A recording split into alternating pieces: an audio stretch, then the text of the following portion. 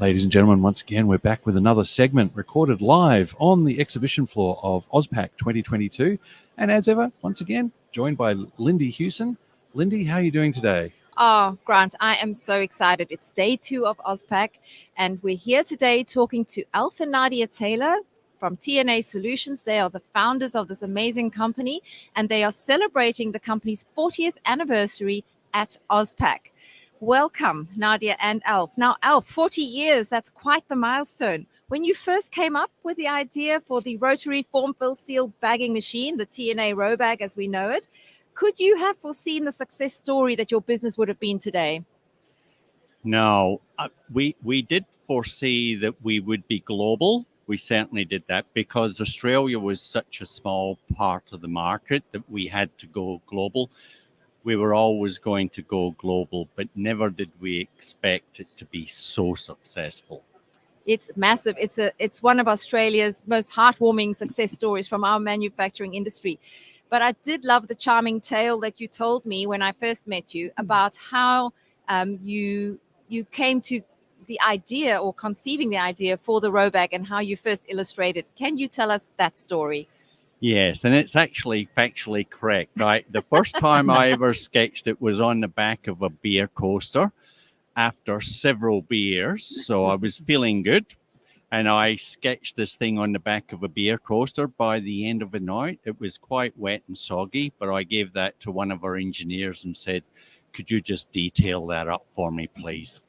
And that was a remarkable departure because before that, the form fill seal technology was linear, as I understand it, and this for the first time was rotary.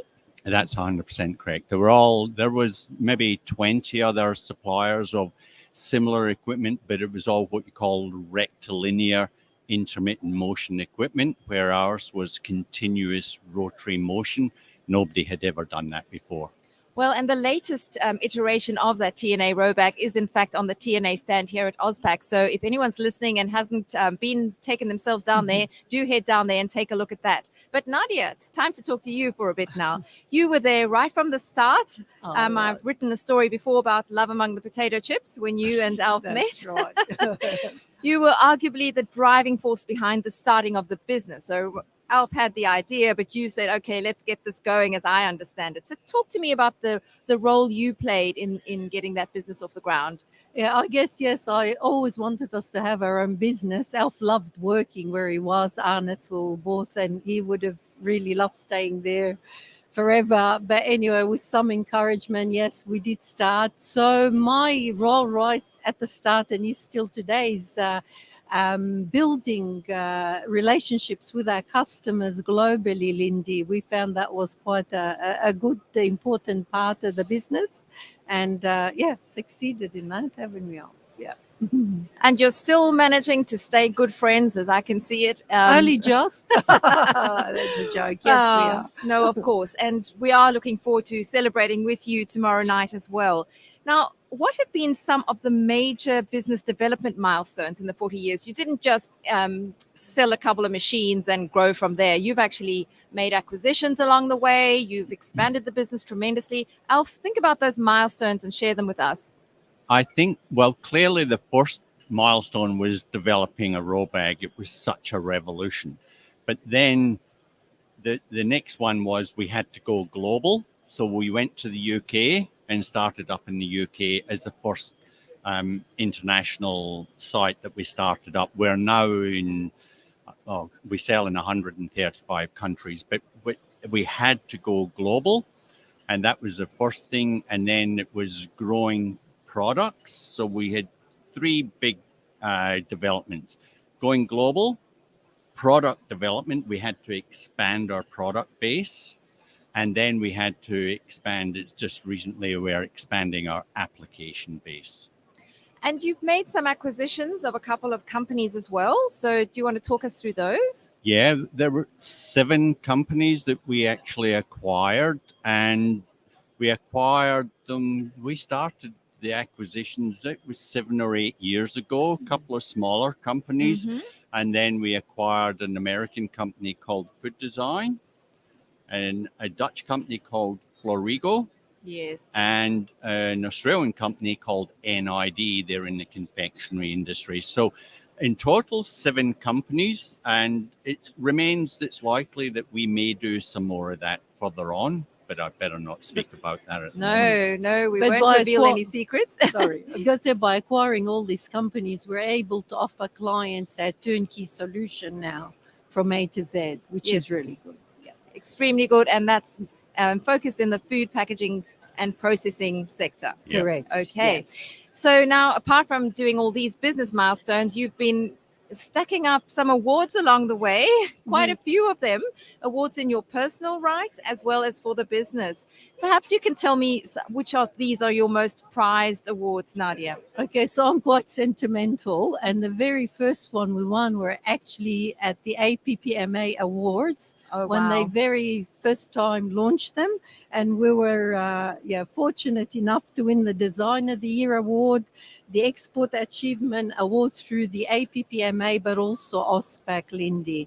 I guess this was followed by the most, ones that come to mind is the Latin American Awards. They were very good to win. The Ethnic Business Award, which was awarded by the Prime Minister Scott Morrison. And lastly, the Order of Australia for Philanthropy. Yes. Well, that is just those accolades just speak volumes for all the achievements that you've done with the business, but also with your foundation, which we'll come to in a little while as well. Thank you, Lynn. So fast forward to the global giant that TNA is today, Alf. Tell us about the scope of the operations globally and your move to digital connectivity, which we've been writing a bit about lately.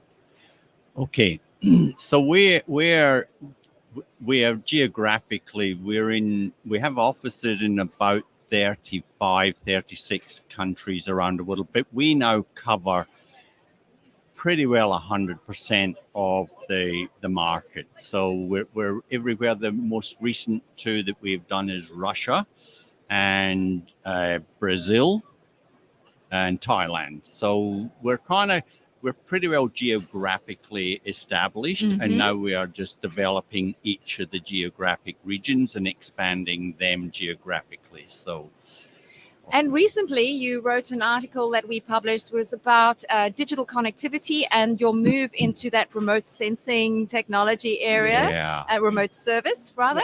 Well, I mean, clearly everybody understands Digitalis, and we are into digital like there's no tomorrows. It's such a major part of our whole company, and in the way that we interconnect, because we have so many divisions globally, manufacturing globally, and we've got selling globally, trying to keep all of these divisions totally connected did prove to be a really ongoing and difficult problem, but we are kind of at the point now where we're just putting in 365 software where we'll be able to integrate the whole company, manufacturing, selling, distribution, logistics, everything into the one set of software, which for a company like us is really critical for our continued growth. But the exciting part about our customers is offering the HoloLens technology for support.